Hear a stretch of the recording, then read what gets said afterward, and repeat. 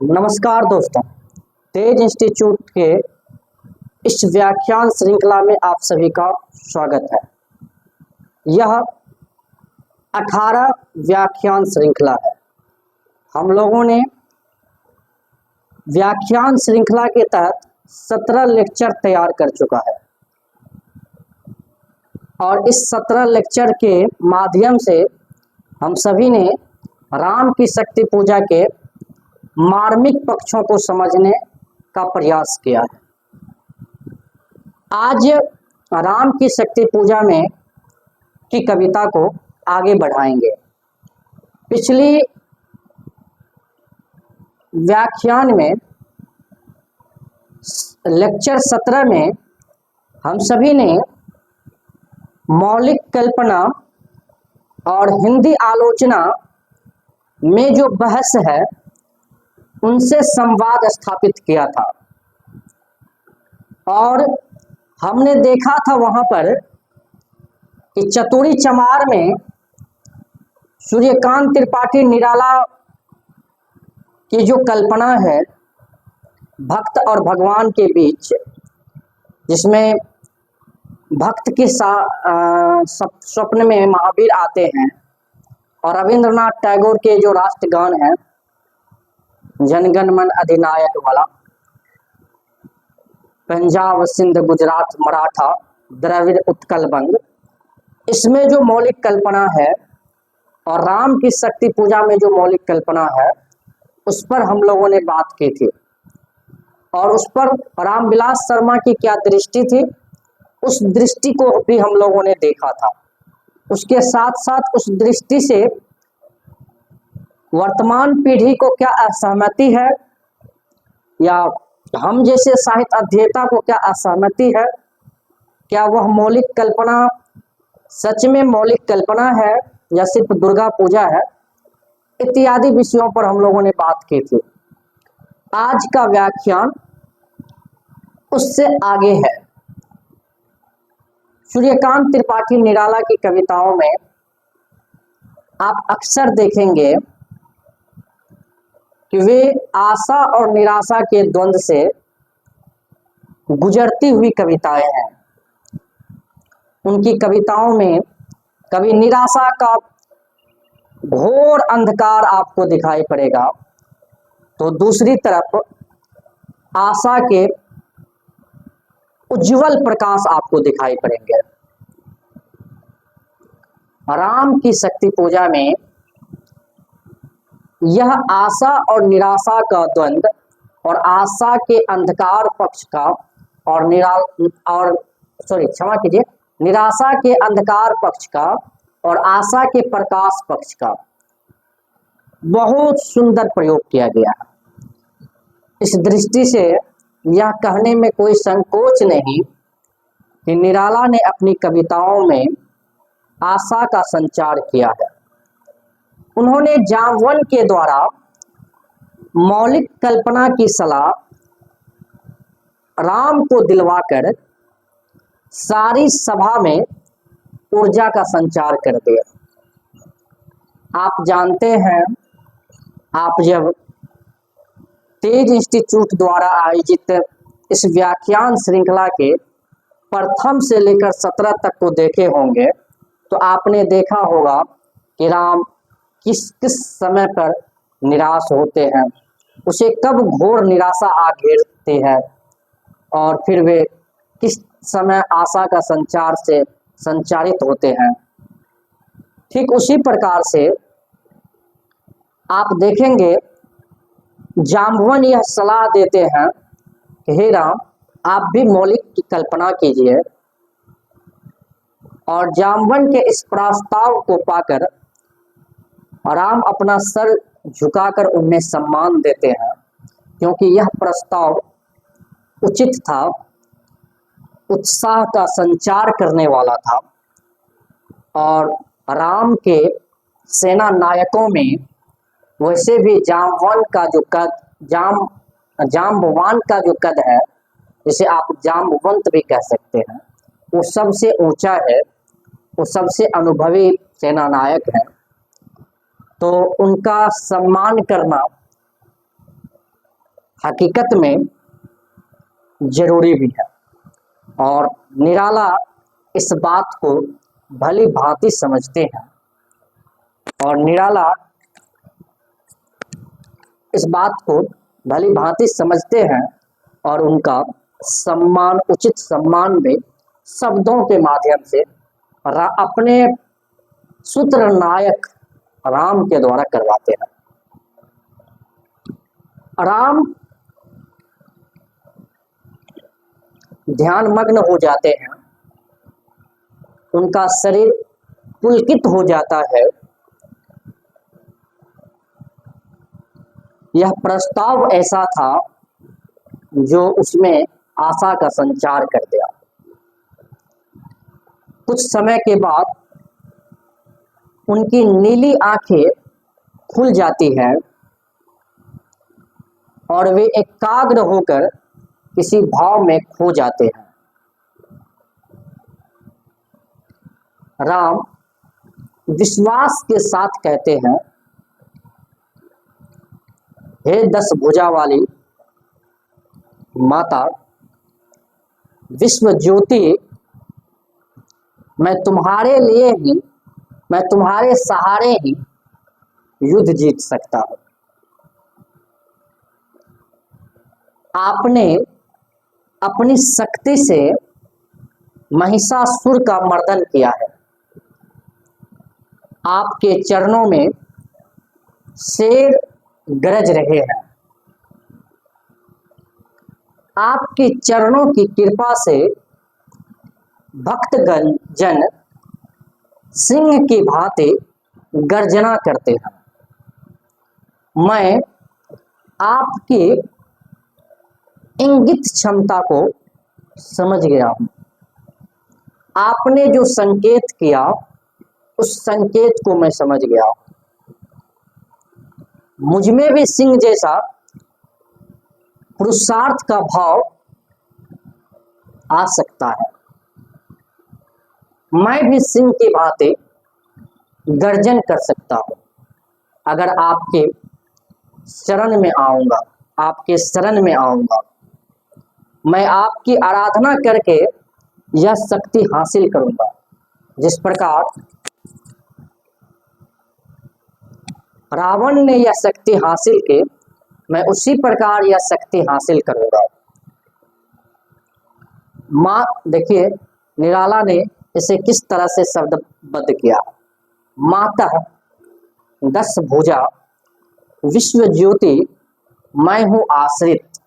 हे माता 10 भुजाओं वाले, हे विश्व की ज्योति, मैं तुम्हारे शरण में आया हूं, तुम्हारे आश्रय में आया हूं, मैं तुम्हारे आश्रित हूं।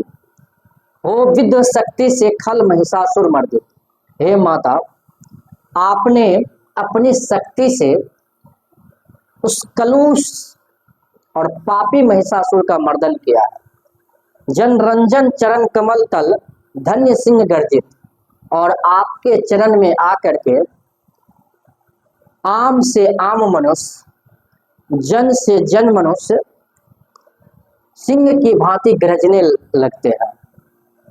मैं सिंह इसी भाव से करूंगा अभिनंदित। मैं भी आपकी आराधना इसी भाव से करूंगा और वह शक्ति हासिल करूंगा जो शक्ति आपके चरणों में आने से एक साधारण मनुष्य को प्राप्त हो जाता है। सूर्यकांत त्रिपाठी निराला के राम की शक्ति पूजा में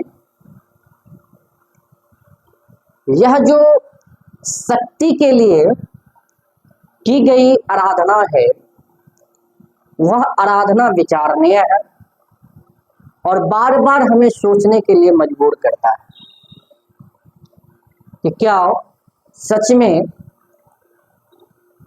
ऐसी शक्ति की आराधना से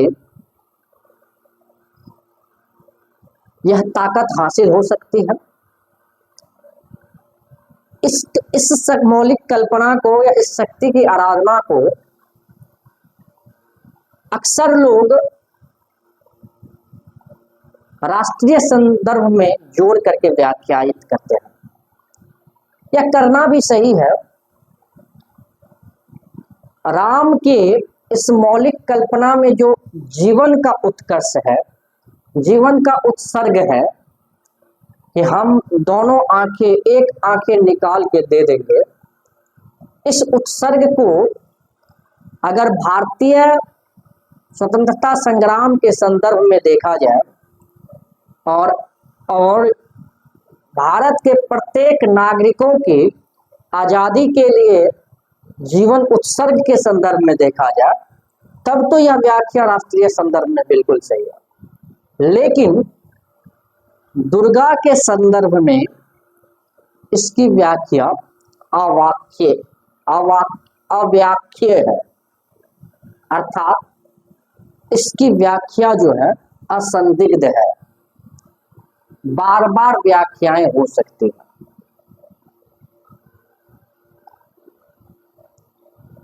निराला कहते हैं, राम कुछ क्षण मौन रहे और देवी की छवि में लीन हो गए।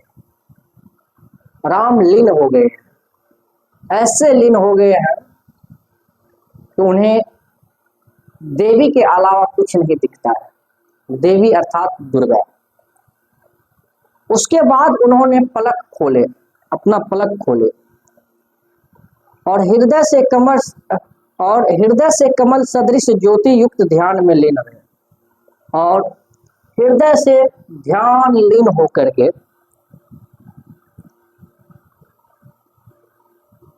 यहाँ जो निराला ने कमल ज्योतिर्दल का प्रयोग किया है, इस कमल ज्योतिर्दल के प्रयोग को आप दो अर्थों में समझ सकते हैं। एक अर्थ तो प्रथम ज्योति कमल के समान माँ दुर्गा का ध्यान करते हुए, दूसरा अपनी ज्योति कमल की पंखुड़ियों के समान तेजस्वी पलक खोले। ऐसे दृश्य को मंत्री एकटक होकर देख रहे हैं। उनकी जो सेना है, वानर सेना है, भालू सेना है, वे सब राम को एकटक होकर के देख रहे हैं। स्वाभाविक है, क्योंकि वो सूत्रधार है इस कथा के। और किसी भी कथा के सूत्रधार की ओर प्रत्येक सेना की आंखें टिकी रहती है। निराला अपनी कविताओं में विरासन शब्द का प्रयोग करते हैं। विरासन का भी यहाँ दो अर्थ है। एक वीर बहादुर, अर्थात राम वीर था, बहादुर था। दूसरा आसन या मुद्रा, अर्थात वीरता के प्रतीक राम को देख रहे हैं या आसन मुद्रा में दत्तचित राम को देख रहे हैं। इस मुद्रा में बैठे राम का जो खिला हुआ मुख है, वो चंद्रमा समान चमक कर, प्राणों में पवित्र ताकत लेकर गंभीरता युक्त वाणी में बोलते हैं।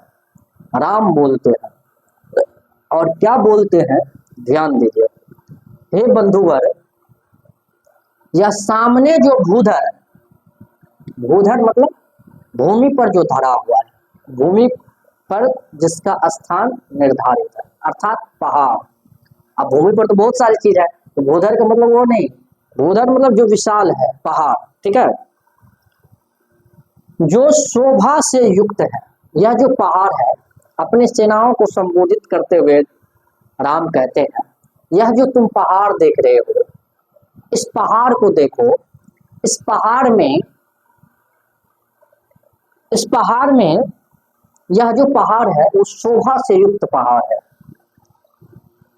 जो सजा हुआ है सैकड़ों हरित, मतलब सैकड़ों 100 हरितों से सजा हुआ है।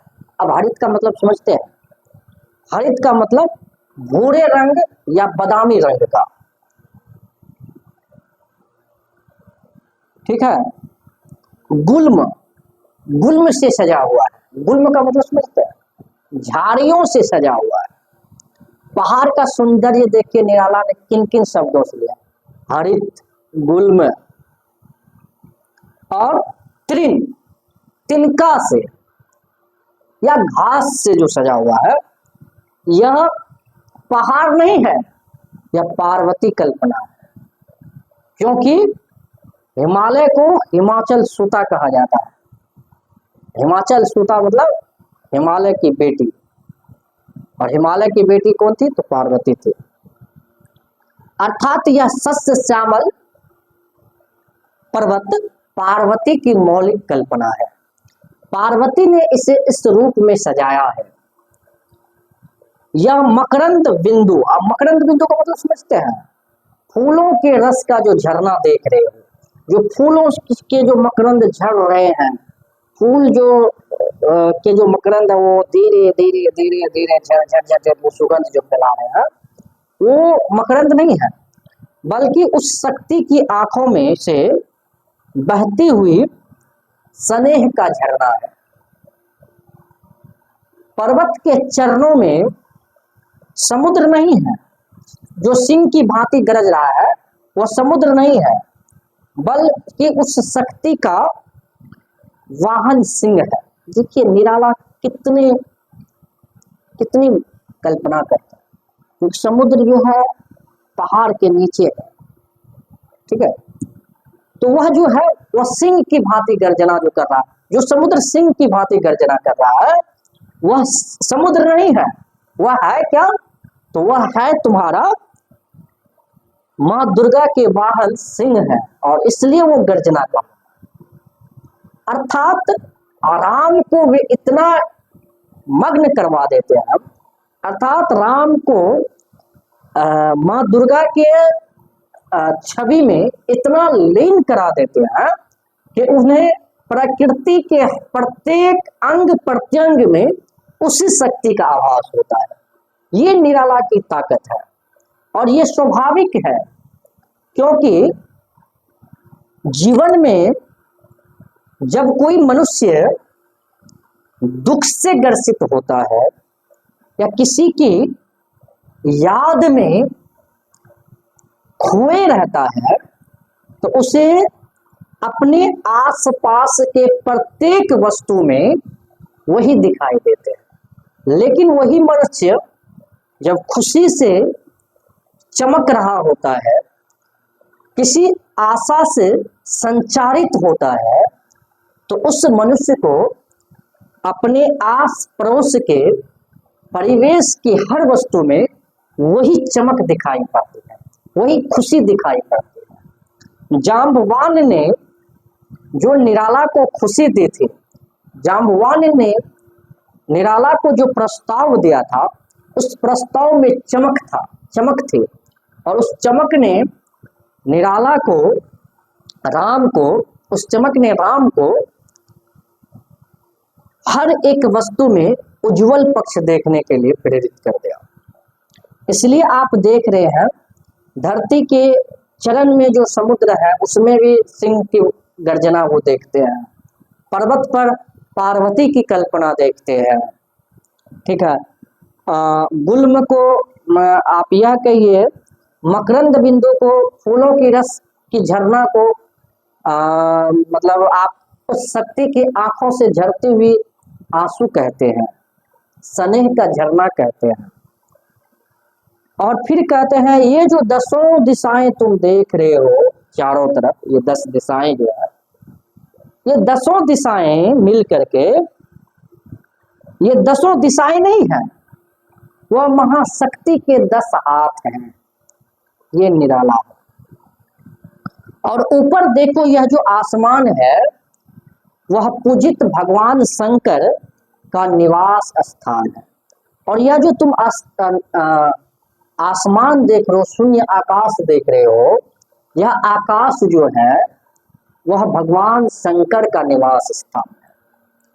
इसलिए अंजना माँ भी जब हनुमान को समझाने के लिए आते हैं तो यही कहते हैं, यह जो शून्य आकाश को जिसमें तुम सूर्य को निगलने चले आए हो, यह तो शिव का निवास स्थान है, और शिव के भक्त राम है। तुमने तो क्या राम सक्षम नहीं है और तुमने उनकी आज्ञा ली? तो यहाँ पर दोनों बार आप देखिए, इसे देखकर मुझ में लाखों भावों का संचार होने लगा है, और ये सारे भाव मंगल से युक्त है, अर्थात मंगल करने वाली है। मानव मन में जो आसुरी शक्ति है वह निरंतर धंसता जा रहा है। अर्थात हमारे अंदर जो निराशा का भाव था, जो हमारे उत्साह को खत्म कर दिया था, उसका अब दमन हो चुका है। इस वर्णन में निराला ने दिखाया है कि बड़ी से बड़ी समस्या का समाधान हमारे प्रकृति के निकट उपलब्ध है। शक्ति का स्रोत प्रकृति के कण-कण में मौजूद है। एक अनुभवी व्यक्ति का उचित सलाह और जीवन अनुभव बड़े से बड़े संकट को दूर करने में काफी है या उपयुक्त है।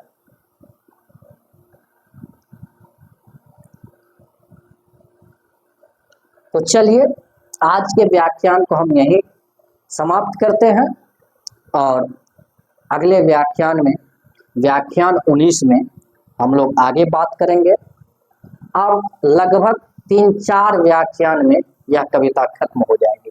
हम लोगों ने उस कठिनता को, संस्कृत निष्ठता की जो कठिनता है, जो हिंदी आलोचना में कही जाती है, कि बराबर कहते हैं लोग कि अगर इतनी क्षमता किसी में है तो निराला जैसे संस्कृत निष्ठ कविताएं लिख करके दिखाए।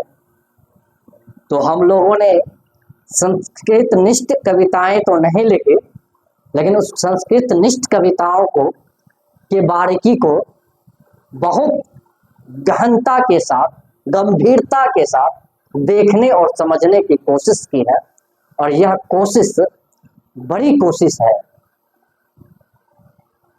अगर आपको नहीं लगता है तो आगे चल करके लगेगा, क्योंकि कई बार बड़े लक्ष्य की उपलब्धि, बड़े लक्ष्य जो है वो तुरंत समझ में नहीं आते हैं। कई बार बड़े लक्ष्य की समझ जो है वो तुरंत त्वरित समझ में समझ नहीं आती है, तुरंत समझ नहीं आती है, वो देर से आती है। तो राम की शक्ति पूजा पर हम लोगों की 3-4 व्याख्यान और होगा मिला जुला के, और उसके बाद हम लोग राम की शक्ति पूजा से को धन्यवाद कहेंगे, राम की शक्ति पूजा से विदाई लेंगे, और फिर आएंगे कबीर की सामाजिक चेतना पर। अर्थात कबीर तेज अनंत का मानो होगी सूरज सैने, कि कबीर का वह तेज है और अनंत तेज है जो सूर्य के समान उग आया है। तो हम लोग कबीर की कविताओं पर बात करेंगे और लंबी बातचीत करेंगे, लंबा व्याख्यान तैयार करेंगे, इतना लंबा व्याख्यान कि शायद कबीर की व्याख्यान श्रृंखला में वो कम होगा और वो केंद्रित होगा कबीर की रचनाओं के माध्यम पर।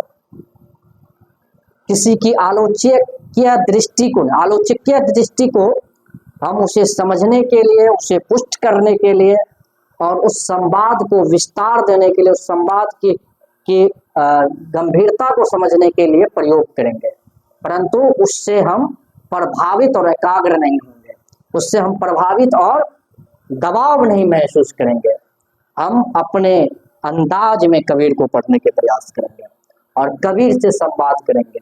इस तरह से व्याख्यान श्रृंखला का यह जो कड़ी है वो निरंतर चलता रहेगा और इस श्रृंखला से आगे कितना कुछ होने वाला है वो समय तय करेगा। धन्यवाद आप सभी का। आप जुड़े रहिए तेज इंस्टीट्यूट से, मैं आपके साथ जुड़ा रहूंगा।